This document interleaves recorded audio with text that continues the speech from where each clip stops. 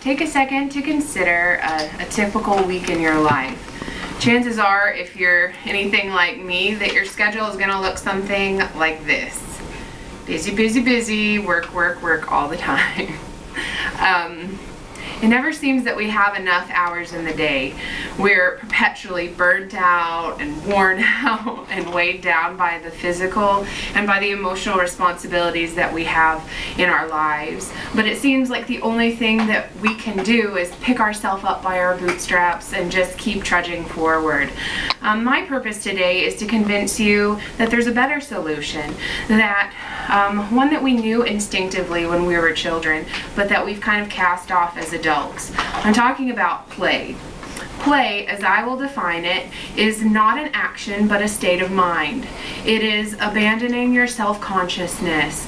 It's getting lost in the moment and finding yourself through your own imaginations. It's using spontaneity and adventurousness and curiosity and creativity. I've worked as a preschool teacher for about 10 years now, and in that profession I've had a unique opportunity to be able to engage in play every day with my young students. And I've seen and I've come to believe that play in our society is being replaced all too frequently with passive activities that don't engage the imagination. If we are passively engaging in our world, is it any wonder that we're burnt out and worn out and weighed down in our lives? Play in different ways throughout our lifetime helps us define and better ourselves. It guides us on a path to find the work that we love, and it aids in healing life's wounds by renewing our joy.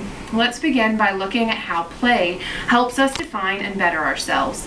Play, in essence, is self-directed learning. As such, in play, we focus on our strengths, on our own interests, and on becoming better through practice.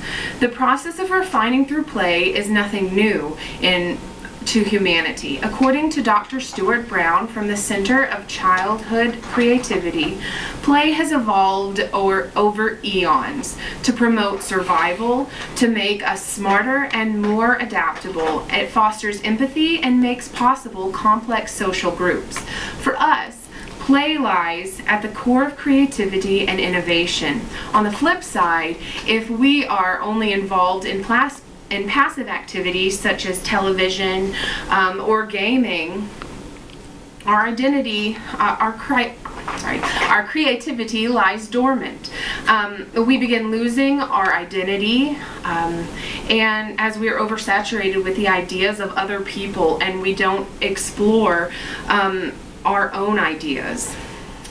As we engage in play, we define and better ourselves through focus, exploration, and practice of our interests and strengths. As we define and better ourselves through play, it guides us to our true passions. My second point is that as we discover our true passions through play, we are guided on the path to find the work that we love. Barbara Brannon, the founder of Playmore, an organization that inspires companies to incorporate work with play, said that play contains all of the elements of who we are and what we like to do. It tells about the things that come naturally to us. It also tells us what we can do with the things that are at our disposal. In essence, work is a natural extension of play for us. As David Elkind, the author of The Power of Play, expressed, brought together, play and work are pleasurable. It is only their separation that makes it painful. Lastly, the most meaningful thing that play affects in our lives is our ability to be healed and find joy through play. As I expressed earlier, people are constantly worn out and weighed down and burnt out in our lives. But play has the power to renew us and bring us out of that endless cycle of tedium. We knew that in our childhood, and we can know it again in our adulthood. As Dr. Brown of the Center of Childhood Creativity explained, when play is denied over long term, our mood darkens, we lose our sense of optimism, and we become incapable of feeling sustained pleasure. I'm going to say that again, incapable of feeling sustained pleasure. Why do we lack joy in our lives? We lack joy because we have not fully tapped into our creative potential through self-play. We have not invested fully in our own resources for self-healing. As I've explained today, we need play in our lives so that we can help define and better ourselves, to guide us on the path so that we can find the work that we love, and to aid in the healing of life's wounds by renewing our joy. David Ellerkind expressed in his book, The Power of Play, that play is not a luxury, but rather a crucial dynamic of healthy physical, intellectual, and social emotional development in all ages, in all age levels. I believe it is true because I have seen it in my own life, and I hope its truthfulness will be manifest in your own life as well.